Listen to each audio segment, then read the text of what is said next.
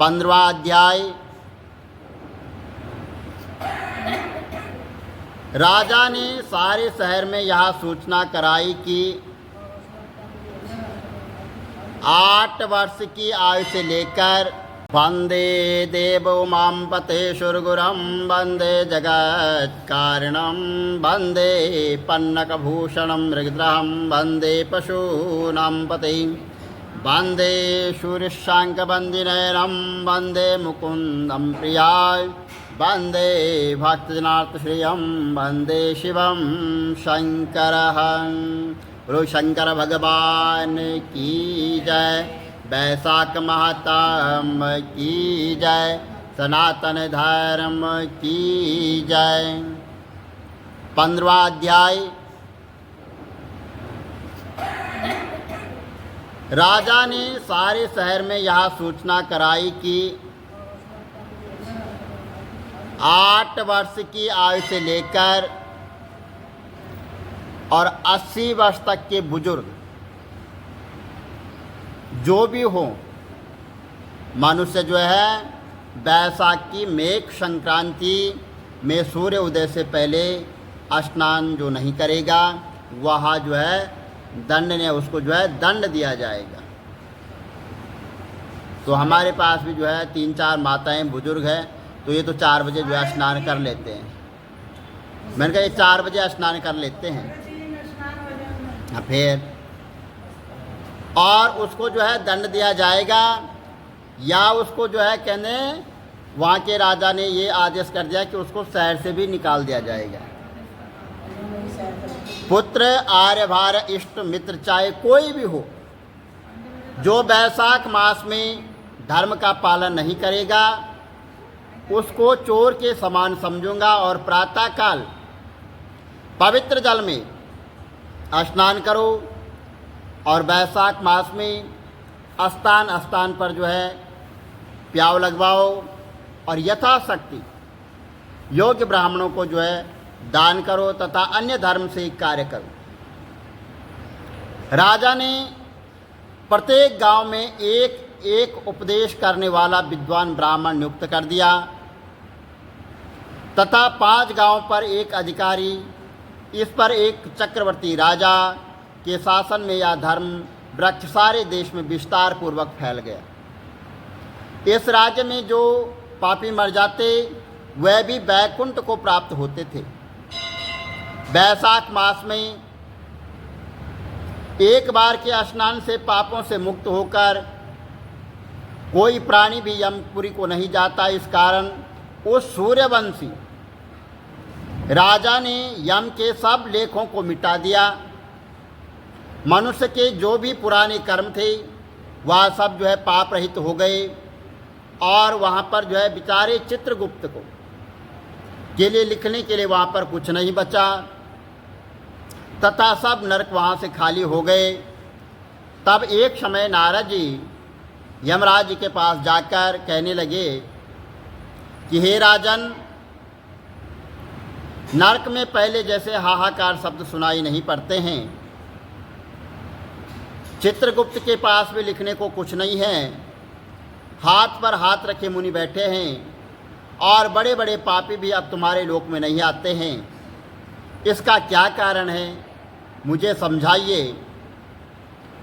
तब धर्मराज कहने लगे कि हे महामुनि, एक राजा पृथ्वी पर हुआ है और अपने राजक में उसने यह आज्ञा दी है कि जो कोई वैशाख के धर्मों का पालन नहीं करेगा वह दंडनीय माना जाएगा। और उसके डर के मारे जो है प्राणी वैशाख मास के धर्मों का पालन कर रहे हैं और वह सीधे वैकुंठ को प्राप्त हो रहे हैं। कर्मों के नाश से चित्रगुप्त के लिए लिखने के लिए कुछ नहीं बच रहा है और काठ की मूर्ति के समान बैठा हुआ है। अब मैं युद्ध करके उनको मारूंगा, क्योंकि मेरे पास अब कुछ न करने को रहा गया है। सेवक को स्वामी का कार्य अवश्य करना चाहिए।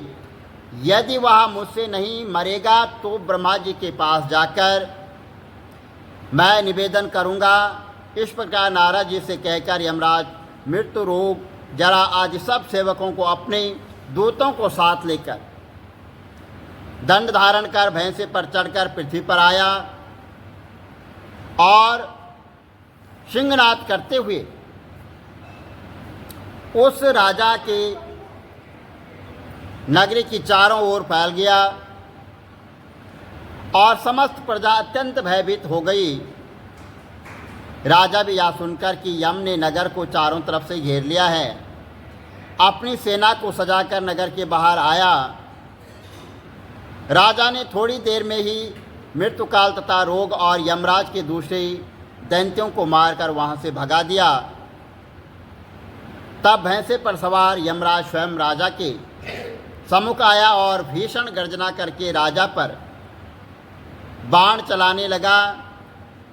तो राजा ने तीनों बाणों से उसके धनुष को काट दिया और यम ढाल और तलवार से ले राजा को मारने के लिए वहां पर चला। तब राजा ने उसकी ढाल तलवार भी काट दी और काले सर्प जैसे फुंकार मारता हुआ क्रोधित होकर एक बाण यम के मस्तक पर मारा। तब यमराज ने क्रोधित हो दंड उठाया और उसको ब्रह्मास्त्र से अभिमंत्रित कर राजा पर छोड़ दिया। उस समय बड़ा हाहाकार मच गया। तब विष्णु भगवान ने अपने भक्त की रक्षा हेतु सुदर्शन चक्र छोड़ा, जो युद्ध स्थल में आदंड से युद्ध कर ब्रह्मास्त्र का निवारण करता हुआ यमराज को मारने लगा। यह देखकर वह भक्त राजा भयभीत होकर चक्र की स्तुति करने लगा कि हे विष्णु भगवान के हाथ के आभूषण, सहस्त्र तुम्हें नमस्कार है। भगवान तुमको सारे लोगों की रक्षा के लिए धारण करते हैं, क्योंकि जो देवताओं के द्रोही हैं तुम उनके काल हो। सो हे जगतपति, इस यम की रक्षा करो। ऐसी स्तुति सुनकर चक्र यम को राजा के पास छोड़कर स्वयं वैकुंठ को चला गया। फिर यम उदासीन होकर ब्रह्मलोक में ब्रह्मा जी के पास गया। उसको इस प्रकार देखकर सब सभागण विस्मित होकर आपस में कहने लगे कि यम का यहाँ पर कैसे आना हुआ? कहीं ब्रह्मा जी के दर्शन को तो नहीं आया? इसको तो कभी क्षण भर को भी अपने काम से फुर्सत नहीं मिली। देवता तो कुशल से हैं, ऐसी बातें कभी पहले न देखी न सुनी है। या सब ऐसा कह ही रहे थे कि तभी प्राणियों का स्वामी और सूर्य का पुत्र यम ब्रह्मा जी के चरणों में इस प्रकार गिर गया, जैसे जड़ से कटा हुआ वृक्ष निराश्रित होकर पृथ्वी पर गिर जाता है। यम त्राय त्राय पुकारने लग गया कि हे देवी, मेरा अत्यंत अपमान हो गया है। मेरे वस्त्र व बही खाते सब फाड़ डाले हैं और मुझको अत्यंत वहाँ पर पीटा गया है। मेरी प्रतिष्ठा और मर्यादा सब भंग हो गई है। हे कमलासन, आपके होते हुए मेरी यह दुर्गति हुई है। ऐसा कहकर यम पृथ्वी पर गिर गया। तब वहाँ पर बड़ा कोलाहल हुआ और सब आपस में विचार करने लगे कि जो स्वस्थ जंगम सबको खाने वाला, मनुष्य को संताप देने वाला दुखी कैसे हो गया आज। तब पवन ने आकर ब्रह्मा जी की आज्ञा अनुसार सबकी वाणी रोक दी और अपनी विशाल भुजाओं से यम को उठाया। फिर समस्त संसार में विचरने वाला उदार बुद्धि पवन उसे आसन पर बैठाकर कहने लग गया कि किसने तेरा अपमान किया है और किसने तुझको तुम्हारे स्थान से निकाल दिया है? तुम्हारे वस्त्र वही खाते किसने फाड़ डाले? सोया वृतांत तुम ब्रह्मा जी के सम्मुख कहो। जो सबके पितामह हैं वही तुम्हारे दुख दूर करेंगे। बोलो विष्णु भगवान की जय, वैशाख महात्म की जय, सनातन धर्म की जय। श्री कमल नेत्र कटी पीतम्बर, गिरधरम मुकुट कुंडल कर लुट किया सांवरे राधे बरम। तिरकुल यमुना देनु आगे सकल गोपियन के मन हरम। पीत वस्त्र गरुड़ वाहन चरण शुक नित सागरम। करत केल कलोल निस्तिन कुंज भवन उजागरम अजर अमर अडोल निश्चल पुरुषोत्तम अपरापरम दीननाथ दयाल गिरधर कंस हिरणा कुशहणम गल फूल मान विशाल लोचन अधिक सुंदर केशवम वंशीधर वसुदेव चायो वालि चलो हरि वामनम जल डूबते गजराक लीनो लंका छेजो रावणम सप्तदीप नव कंड 14 भवन कीनो इक पदम द्रौपदी के लाज राखी कहाँ लो उपमा करम दीननाथ दयाल पूरण करुणमय करुणाकरम कविदात दास विलास निस्तिन नाम जप नित नागरम प्रथम गुरु के चरण बंदो यश ज्ञान प्रकाशितम आदि विष्णु जुगादि ब्रह्मा सेवते शिव शंकरम श्री कृष्ण केशव कृष्ण केशव कृष्ण यदुपति केशवम श्री राम रघुवर राम रघुवर राम रघुवर राघवम श्री राम कृष्ण गोविंद माधव वासुदेव श्री वामनम मत्स्य कचवाराह नरसिंह पाहि रघुपति पावनम मथुरा में केशव ब्राजे गोकुल बाल मुकंद जी श्री वृंदावन में मदन मोहन गोपीनाथ गोविंद जी धन्य मथुरा धन्य गोकुल जहाँ श्रीपति अवतरे धन्य यमुना नीर निर्मल ग्वाल बाल सखावर नवनीत नागर कृत निरंतर शिव विचार मन मोहितम कालादितट करत्र क्रीडा बाल अद्भुत सुंदरम ग्वाल बाल सब शक विराजे संग राधे भामिनी वंशी बट दट निकट यमुना मूल किटेर सुहावनी गजराधे विश्र गोवंश उत्तम परम राजकुमार जी सीता के पति भक्तन के गति जगत प्राण आधार जी जनक राजा पनक राके धनुष बाण चढ़ावही सती सीता नाम जाके श्री रामचंद्र प्रणामहि जन्म मथुरा केल गोकुल नंद के हृदय नंदनम बाल लील पतित पावन देव की वसुदेवकम श्री कृष्ण कलिमल हरण जाके जो भजे हरि चरण को भक्ति अपनी देव माधव भव सागर के तरण को जगन्ना जगदीश स्वामी श्री बद्रीनाथ विशंबरम द्वारिका के नाथ श्रीपति केशवम प्रणवयम श्री कृष्ण अष्टपद पढ़त निस्तिन विष्णु लोक सगतम श्री गुरु रामानंद अवतार स्वामी कविदत्त दास समाप्तवम श्री कमल नेत्र समाप्तवम विष्णु भगवान की जय वैशाख महात्म की जय सनातन धर्म की जय।